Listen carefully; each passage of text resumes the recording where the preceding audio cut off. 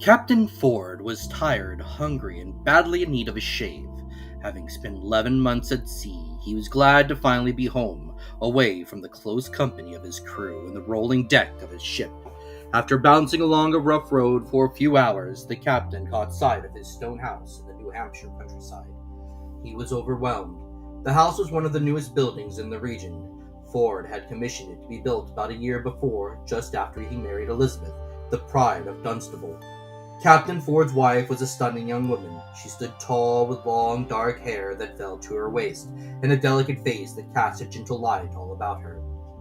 Thoughts of Elizabeth kept Ford going during the long months at sea. The couple had been wed for only 2 months before his shipping duties called him out to the briny Atlantic for the better part of a year. He had missed her dearly, and now, as his home came into view, his heart began to pound in excitement at the thought of holding Elizabeth in his arms once more. An irrepressible smile on his face as he opened the door to his home. The sight that greeted him was unlike anything he could have imagined. Elizabeth stood by the hearth, obviously startled at his sudden appearance. The smile quickly dropped from Ford's face when he saw that Elizabeth was making the greatest effort not to appear terrified. A very real fear was burning not too far beneath the surface. Instantly, Captain Ford knew something was wrong. That was when he noticed the bundle his wife was holding in her arms. It was an infant child, swaddled in a blanket, gurgling happily. Ford was dumbstruck for a moment, all at once counting the months he was absent, wrestling with the brutal implications of the baby, and registering the look of guilt in his wife's eyes. Since he had been gone for nearly a year, there was no way this child was his. Ford could only get out one choked word. "Whose?" Elizabeth pleaded. "Please don't." Something horrible happened to Captain Ford in the seconds it took for Elizabeth to beg for mercy. He gave himself up to the worst kind of rage. It would be best to leave the horrific details of what transpired next unspoken. It suffices to say that Ford's reaction to his wife's infidelity was unspeakably cruel. Where a young mother stood with her happy child only minutes before, now lay a dead newborn, and a screaming woman slumped on her knees over her baby. Blood stained the walls, floor, and furniture. Ford wasn't finished. Grabbing Elizabeth by the hair, he dragged her upstairs, threw her into a closet, and locked the door. Elizabeth's muffled screams filled the house as Ford lumbered down the stairs, took the child outside, and buried it under a tree next to the house. When he came back in, Elizabeth was still screaming.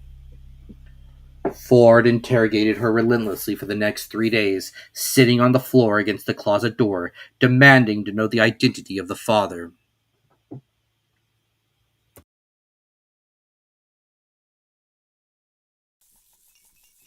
But the only response from within the closet was an occasional low whimper, the mournful sound of a woman who had just lost her child. Whether she had gone catatonic or decided to remain loyal to her anonymous paramour can never be known, but Elizabeth did not utter a word to her husband, even as he threatened her with unspeakable torture. When it became apparent that Elizabeth wasn't going to give her lover up, Ford opened the closet door and bludgeoned his wife to death. He buried her behind the house, several yards from where the infant was hastily interred.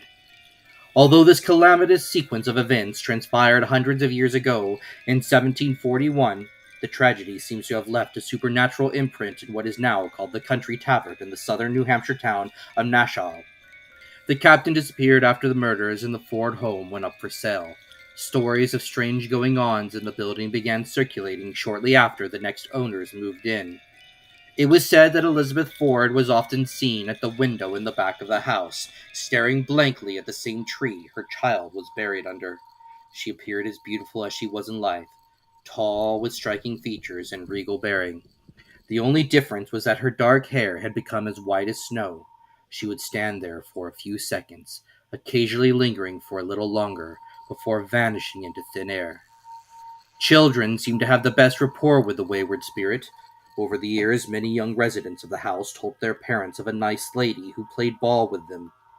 Those parents who asked what the lady looked like would always receive the same description: a very pretty lady with white hair. As the years passed, strange tales from Nassau House began to circulate. But it wasn't until several years ago, when the house was converted into a restaurant called the Country Tavern, that the ghost of Elizabeth became one of New Hampshire's most famous spirits. It seems that Elizabeth has become more active since her old home was open to the public. More than one patron of the Country Tavern has left the restaurant in the middle of a meal, startled by Elizabeth's supernatural hijinks. She's been known to lift cups off tables and toss them across the dining room, yank plates of food from under customers as they were eating, and terrorizing women in the ladies' restroom. One of her favorite pranks involves lifting women's hair off their shoulders while they stand in front of the mirror.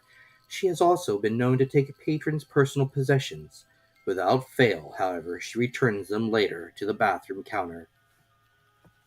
This isn't to say that Elizabeth is a malicious spirit. Those who have seen her have said they felt no trace of hostility. In fact, many felt a sense of peace as the smiling young woman with white hair stood in front of them. No one knows for certain why Elizabeth continues to haunt the home in which she met such a dismal end. Some believe that her last days were so traumatic that her spirit wasn't able to cope with her death. She remains in the building, not knowing that her body expired so many years ago. Others say that she is searching for her baby, somehow unable to comprehend that the child has gone somewhere else. Can this be why she's always found staring at the tree her infant was buried under? We can only hope that Elizabeth is no longer suffering, and that if she is looking for her child, she will soon find him or her.